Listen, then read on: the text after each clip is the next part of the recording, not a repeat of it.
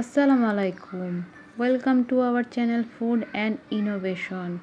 আজকে আমরা রান্না করব মুরগির মাংস। আলু দিয়ে আমরা মুরগির মাংস রান্না করব। চলেন আমরা রেসিপিতে চলে যাই। প্রথমে একটি কড়াই বসায় পরিমাণ মতন তেল নিয়ে দিয়ে দিচ্ছি 1 কাপ পরিমাণ পেঁয়াজ কুচি। এদিকে আমরা মুরগিটাকে ভালো মতন ধুয়ে নিয়েছি আর নিয়েছি আলু ধুয়ে। পেঁয়াজটাকে আমরা এখন একটু ভেজে নেব।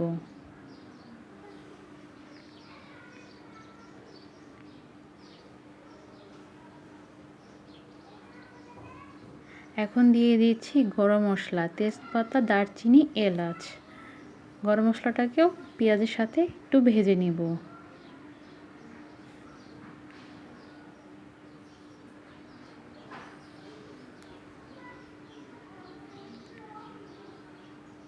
আমাদের পেঁয়াজ ভাজা হয়ে গেছে। এখন দিয়ে দিচ্ছি 1 টেবিল চামচ পরিমাণ রসুন বাটা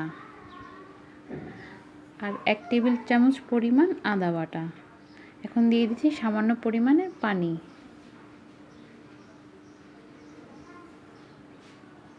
এখন দিয়ে দিচ্ছি পরিমাণ মতন লবণ। এখন দিয়ে দিচ্ছি 1 চামচ পরিমাণ হলুদের গুঁড়া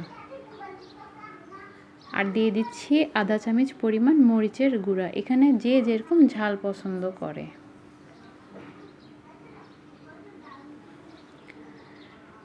এখন দিয়ে দিচ্ছি 1 চামচ পরিমাণ ধনিয়া গুঁড়া, 1 চামচ পরিমাণ জিরা গুঁড়া।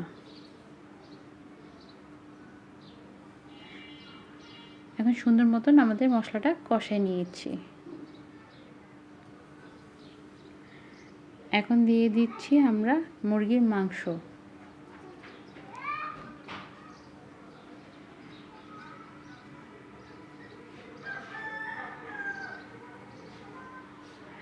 সাথে দিয়ে দিচ্ছি কাটা আলুগুলো। এখন ভালো মতন একটু নেড়ে চেড়ে নেব।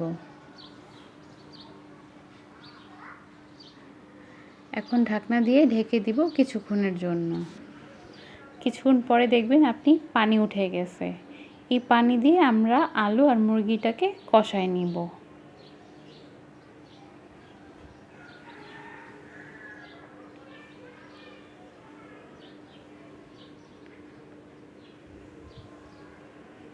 ভালো মতন আমাদের কষানো হয়ে গেছে। এখন দিয়ে দিচ্ছি পরিমাণ মতন পানি সিদ্ধ হওয়ার জন্য। ভালো মতন একটু নেড়ে চেড়ে দিব।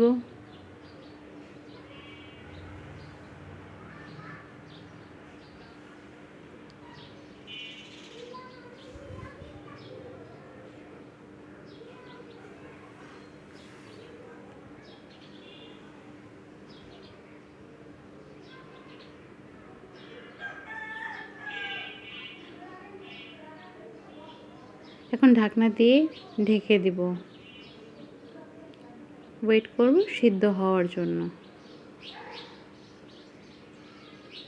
অনেকটা পানি শুকিয়ে গেছে।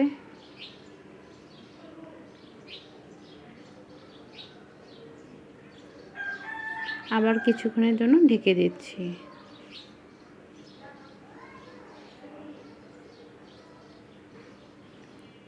আমাদের মুরগির মাংসটা আলুগুলো সিদ্ধ হয়ে গেছে। এখন আমরা ঝোলটা শুকায় নেব।